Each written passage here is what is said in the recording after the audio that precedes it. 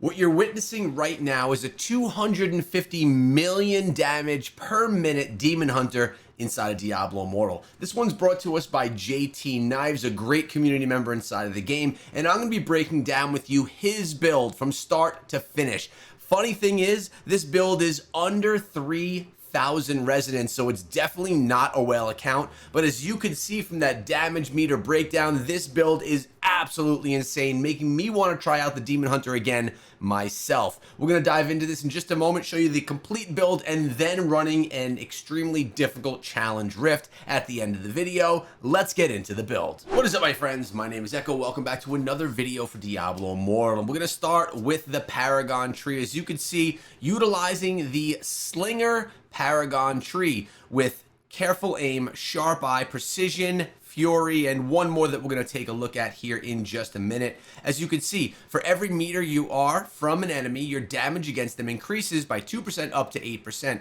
You'll notice a lot of this has to do with distance inside of this build, from Paragon tree all the way to gems. We're going to take a deeper look.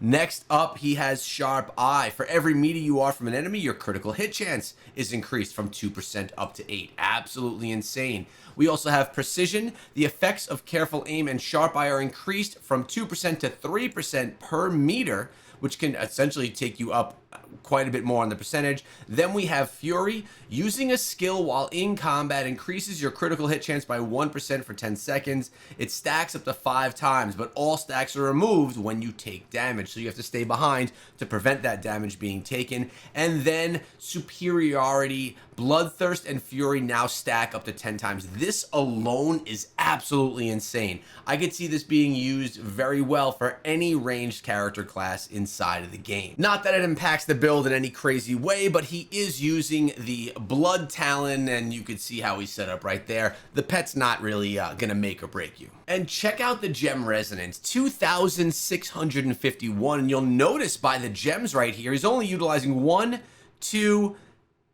just two 5-star gems. Everything else is a 2-star, 2-star, 2-star, 2-star, 2-star, and 2-star, with a bunch of awakened slots and a lot of other gems filled in those resonance positions. It's a big part of why this build is so successful. Now we're going to take a look first at the secondary pieces of gear, the greens, and as you can see, he's using a 4-piece of Vathu. We see Vathu in a lot of builds. I use it in mine for my Necromancer, for my Barbarian, and here it increases the duration of all beneficial effects on you or party members by 30%. The 4-piece, that's from the 2-piece, and now for the 4-piece, increases the target's attack speed by 30% for 3 seconds each time you use a skill to grant a beneficial effect to yourself or a party member. Then he goes on to another 4-piece set, which is Seeds of Sown Gold. Continually channeling a skill against the same enemy gradually increases the damage to that skill up to a maximum of 30%. That's a 2-piece for the set. Now for the 4-piece, after you stop channeling a skill, enemies hit by it take an additional explosion of damage for 30% of the damage dealt to them by that channeled skill. So that's the green sets we're working on. Now we're going to take a look at the primary pieces of gear. Of course, runes are put in throughout. He's using the Bloody Reach gem, which is a 2-star gem, very easy to get itself upgraded, and as you can see, increases all damage you deal by 6% for every 2 yards between you and the enemy, up to a maximum of 24%. In addition, your attacks have a 1.2 chance to decrease enemy movement speed. So really nice for that range right there. And the legendary attribute here is, the essence is, multi-shot causes an explosion when hitting burning enemies, dealing nearly 14,000 additional damage, and it's increased by 90%. Then multi-shot damage is also increased by another 10% as well. And you'll also notice he is going with a wired 6-piece for those cursed properties. Now for the chest piece, notice he's wearing the Fervent Fang 2-star gem, ranked up to 10. Every time you deal damage to an enemy, the enemy now takes 2.4 increased damage from your attacks, up to a maximum of 24% for 10 stacks. And the legendary essence that we're utilizing here is primary attacks restore 1.5% of Strafe's energy. This is going to allow you to continuously strafe on and on. And the energy consumption is reduced by 3.6% plus the damage is increased because of the awakening bonus by 10%. All right, now his biggest gem right here, probably one of the most popular and strongest in the game, is the Blood-Soaked Jade. He's only got it to rank 4, and it's only a 3 out of 5 star. Keep in mind, 250 million damage he's dropping with a build that's not a complete whale build, which is actually crazy. And of course, the Blood-Soaked Jade is going to increase all damage you deal up to 13.5% while at full life, with a minimum bonus of just under 7% while at low life. But the cool thing is it increases your movement speed as well. Blood-Soaked Jade, no matter what level you can get, even if it's just a 2 star, it's always one I recommend and love myself personally. Now, the legendary Essence multi-shot also launches 2 homing rockets dealing 5,000 damage, and the damage is increased by 90%. Keep in mind, this slot is not awakened because the gem that's in its place is only a rank 4. Hasn't gotten it to rank 5 yet. I'm sure that that's something that he's working on as we speak.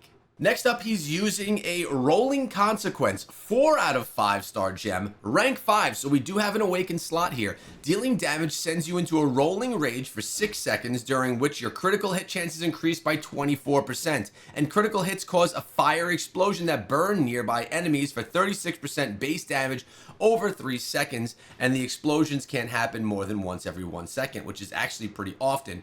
Rolling Rage cannot trigger more often than once every 20 seconds, and the critical hit chance against burning enemies increased by 6%. That is an insane gem, one that I am jealous of and need to actually work on myself personally. Then we have, for the legendary Essence, during Vengeance, every 2 primary attacks will cause you to launch 1 additional rocket that deals 6,285 damage to a nearby target. The damage is increased by 90%, and the cooldown on Vengeance from the Awakened bonus is decreased by 10%.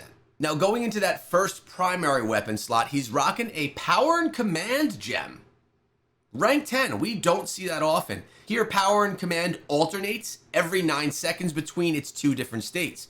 It increases your primary attack damage by 24%, and then increases your skill damage by 24%, back and forth every 9 seconds.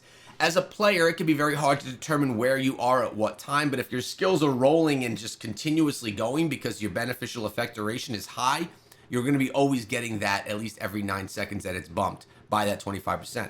And then the essence that we're using here is Strafe duration is increased by 39%, and then because it's awakened, you're getting an extra 10% damage from Strafe as well. Now, for the first secondary weapon, we're going with the Grim Rhythm Gem. Never seen anyone use this one. It's the login bonus one that you can get. Dealing damage increases your attack speed by 2.4% for 3 seconds, stacking up to 10 times. While at full stacks, your movement speed is also increased by 12%. Actually quite nice if you want to move around quickly around the map. Then your legendary essence is Focus Fire. Strafe now fires your primary attacks focused at the nearest enemy, and strafe damage is increased by 18%, and the cooldown is decreased by the 10%. That's because of the awakening. Now we have the Stance primary weapon with a Pain Clasp gem. Increases damage dealt by 24% to enemies suffering from a continuous damage effect. When an enemy suffering from the continuous damage is within 10 yards, your movement speed is increased by 6%. This is a Pain Class gem. It's a great 2-star gem, one of the best ones. I use it myself.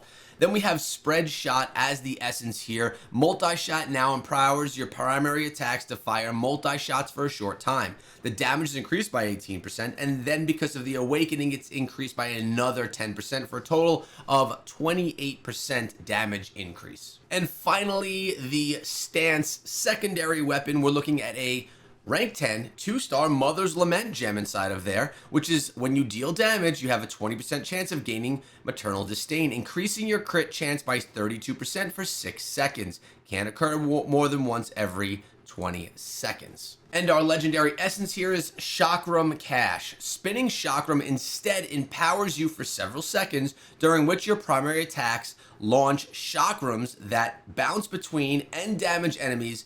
Spinning Chakram damage is increased by 18%, and then again by another 10% for that total of 28. And as you can see from his stats, his damage, life, combat rating, everything is kind of normal for his stage of Paragon level. It's not like anything is like, wow, what did he actually do there? So how is he getting this much damage? Look at that critical hit damage, 32.5%. He's getting some big buffs to crit, which is a big reason why he's able to get so much damage, which we're going to show again in 1 second. Now, of course, the skills, he's going with Explosive Arrow as his primary attack. Strafe, so he can spin around, get some quick movement, and do a lot of mass damage. He's rocking Vengeance as well. Spinning Chakram, and of course, Multi-Shot. We knew all of this because we saw the gear that he was using. Now, before I spoke about the cursed properties, he's only going with a 6-piece wired, which is actually one of the great ones that I think is amazing, but he's not using a 2-piece of something else. So after you kill an enemy, release a Surge of Lightning that jumps 6 times between nearby enemies, deals 60% of your damage to them. Additionally, damage dealt to enemies hit by a surge is increased by 18%,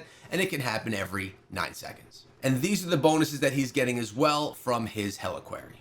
And lastly, how he distributes everything from the Legacy of the Herodrum. Now, I wanted to come back to the test dummy here because he's at 44 seconds, already at 230 million damage. I mean, what is this even going to get? There's 250 million damage right there. It's going to go on even more than that. 53 seconds, he's at 270 million. 56, is he going to hit 300 million damage? Pretty darn close. He goes and hits 290 million damage in 1 minute. So let's take a look as he takes this build into a Challenge Rift. This is Challenge Rift level 280. He's actually gone beyond this Challenge Rift level, I believe by 3 levels beyond. And here, he already has high monster difficulty. Now, you wouldn't guess from the gameplay if that icon wasn't on the screen, because he continuously just rolls through all of the enemies, taking them down extremely quickly. There's really nothing that's slowing him down whatsoever, even though he's at a difficulty beyond where he should actually be. He's literally just rolling through this, dropping tons of damage. You see the damage numbers flying like crazy. And again, a lot of this is because of the crit that he's able to build from everything that he put together in his build, as well as the Resonance not needing to be such a big play because he's taking the Awakened slots and he's filling all the gems in underneath the Awakening, allowing to get a lot more of all of the Awakening bonuses and the bonuses from filling in those gems beyond his gems from those Awakened slots. If you don't understand Gem Awakening, it's a really important part to get power quickly and fairly easily, especially utilizing 1 and 2 star gems inside of the game. Of course, you can do it with 5-star gems as well. It's just a little bit more difficult. But now that we can do that at rank 5 rather than rank 10, it's a huge win. He just shredded that boss. So let me know what you guys think of this build once you put it together yourself. You could let me know in the comments section below. And again, I want to thank JT Knives for the build. If you guys ever have a build that's rocking something good like this, definitely let me know. I'd love to feature your stuff on the channel because, hey, I can only play so many classes at one time. I like to feature what you guys have as well. Hope you guys found this useful and subscribe so you don't miss out on tomorrow's video.